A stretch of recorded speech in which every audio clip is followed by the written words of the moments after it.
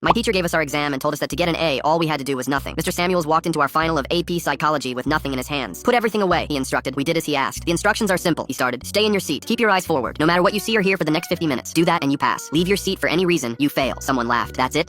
This was too easy. Mr. Samuels hit play on his laptop. A horror clip started on the projector. Jump scares, screaming, gore. Some people flinched. A few laughed nervously. Eyes forward, he reminded us, and the classroom door opened. A girl walked in. Sophie. She transferred in a few months ago. Quiet, kept to herself. Missed class a lot. You're late, Mr. Samuels said. I'm sorry. My mom's car. I don't care about your excuses. I never have. His voice was different now. Cold. Do you know what your problem is, Sophie? He said that completely unprompted. You think if you look sad enough, I will let you get away with not coming to class. Sophie's voice was small. That's not true. I've seen your transcripts. Samuels cut her off. D's and F's everywhere. You're lazy. But boo-hoo. You cut yourself last year, so you expect the world to feel sorry for you. A kid named Jake leaned back in his chair and whispered to his friend, Dude, easiest A ever. We literally just have to watch. Sophie swallowed. I try really hard. You try really hard. Mr. Samuels laughed. Is that what you tell your mother when she comes home exhausted from working 60-hour weeks because of you? Mr. Samuels, come on, Billy said from his seat. This is messed up. Then leave Billy. Door's right there. Of course you'll fail. Billy shifted in his seat, looked down at his desk, stayed. Sophie's eyes were wet now. Please stop. Stop what? Stop the truth? That your father walked out when you were 12 because of you. Stop, Sophie begged. Please stop. You know what your mother told the school counselor last month? Samuels continued. She said she wishes she never had you. She wouldn't say that. She did. I've seen the report. Jake nudged his friend again. Bro, she's actually crying. This is wild. No. Sophie's voice was barely a whisper. No. Brianna, the girl who sat front row every day and never missed an assignment, kept her eyes locked straight ahead, hands folded, face blank, following the rules perfectly. You're a burden, Sophie. To your mother, to your brother, to everyone. Sophie backed into the wall. You're worthless. Completely worthless. She slid down to the floor, but Mr. Samuels kept going. He walked over and started looming over her. He talked about her lack of friends, her future, how she'd end up like her mother, broken and alone and addicted to drugs, how nobody here even cared that he was doing this to her. Sophie had stopped responding. She was just crying, hyperventilating on the floor. Get up, Mr. Samuels said. She couldn't. I said get up. He grabbed her arm and yanked. Somebody should do something, Emma whispered through her tears. But she didn't move. Not me, Jake muttered. I need this grade. Kane kept his eyes forward. Brianna didn't even blink. Mr. Samuels dropped Sophie back down. Then he walked to his desk, sat down, started grading papers like nothing was happening. Sophie stayed on the floor, alone. Her sobs echoed through the silent room. Then suddenly, Karina slammed her hands on the desk. What is wrong with all of you? She stood up, looked around at every one of us. She's on the floor, and you're all just sitting there. Jake rolled his eyes, but nobody answered. Karina walked to Sophie. She knelt down, wrapped her arms around her, and helped Sophie to her feet. Sophie could barely walk. You just failed my exam, Samuels yelled. Karina spun around. Her face was red and wet. Then fail me. You think a grade matters more than a person? She looked at us, at Jake still leaning back in his chair, at Brianna with her hands still folded. You're all pathetic, every one of you. The door slammed behind her. We sat in silence for the remaining 32 minutes. The bell rang. Nobody packed up. We just sat there. Mr. Samuels walked to the front. You're all probably wondering the same thing. What the hell just happened? He cleared his throat. 20 years ago, I lived in an apartment in Bridgeport. Every night I heard a man screaming at his son. I heard things breaking and the little boy crying. The room was silent. I told myself it wasn't my business. Told myself I didn't want to get involved. He paused. One night, the screaming stopped mid-sentence. Next morning, an ambulance came. That little boy had been thrown into a wall. He survived, but he has severe brain damage. He's 28 now and will never speak again. His voice cracked. I heard it happening every night for 6 months. I could have done something, but I didn't want to get involved. He looked at us. Today, a girl collapsed on this floor, crying, hyperventilating, begging me to stop, and you watched. We thought it was fake, Billy said quietly. Did you? Or did you hope it was because that was easier? Jake wasn't leaning back anymore. Some of you told yourselves it wasn't real. Some of you told yourselves a grade mattered more. Some of you just enjoyed the show. He stared at Jake when he said that. Nobody looked at him. Karina is the only one who passed. He walked toward the door. And Sophie is fine. She's a theater student I paid to be here. She's been coming to class for 3 months.